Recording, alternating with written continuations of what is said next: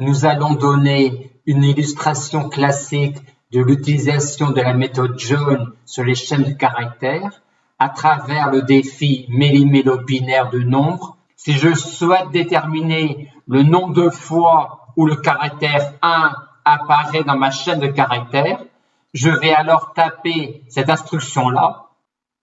Revenons maintenant à notre défi.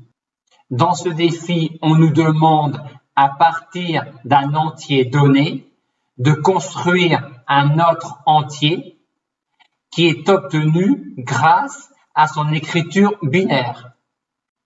Il s'agit donc, à partir d'un entier donné, de construire cette chaîne de caractères-là qui va nous donner l'écriture binaire du nombre entier qu'on souhaite déterminer.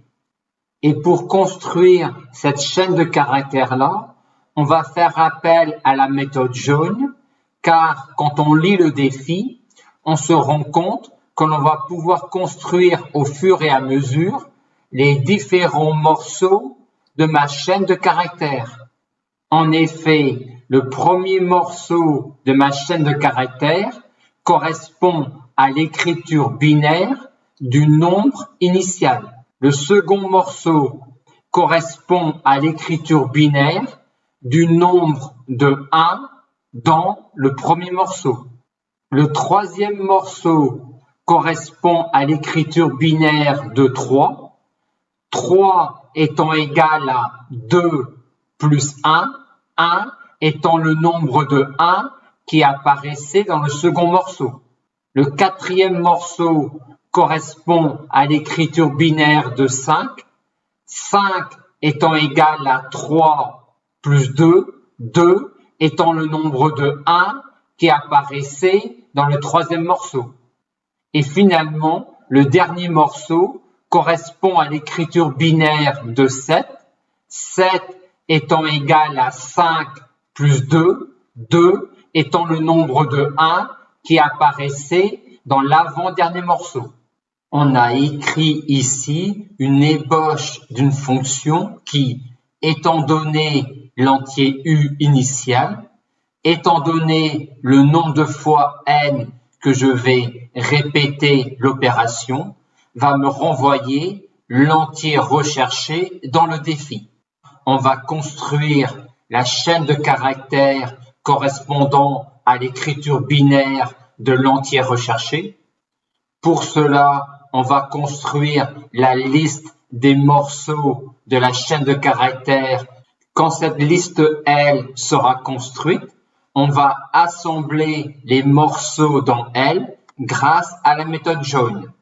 On aura ainsi construit notre chaîne de caractères et pour avoir l'entier correspondant, on fera appel à la fonction int. Pour construire la liste des morceaux de ma chaîne de caractères, je commence par mettre dans L uniquement le premier morceau qui correspond à l'écriture binaire de l'entier U. Ensuite, je vais construire les différents autres morceaux de ma chaîne de caractères. Et pour cela, je vais répéter n fois le même procédé, à savoir, je rentre dans mon tour de boucle avec une valeur de compteur. Avec cette valeur de compteur, je construis le morceau correspondant pour ce tour de boucle, ce que j'ai fait ici. Et je stocke le résultat dans une variable morceau. Et j'ajoute cette chaîne de caractères-là à ma liste des morceaux. Mais avant de passer au tour de boucle suivant, il faut que j'actualise la valeur de compteur pour qu'elle référence désormais la valeur de compteur pour le tour de boucle suivant. Or, à partir de la valeur actuelle de compteur, comment je fais pour construire la nouvelle valeur de compteur? Je prends l'ancienne valeur de compteur et je lui ajoute le nombre de 1 présent dans le morceau que je viens de construire. Enfin, il faudra également que j'initialise la valeur de compteur avant d'effectuer mon premier tour de boucle.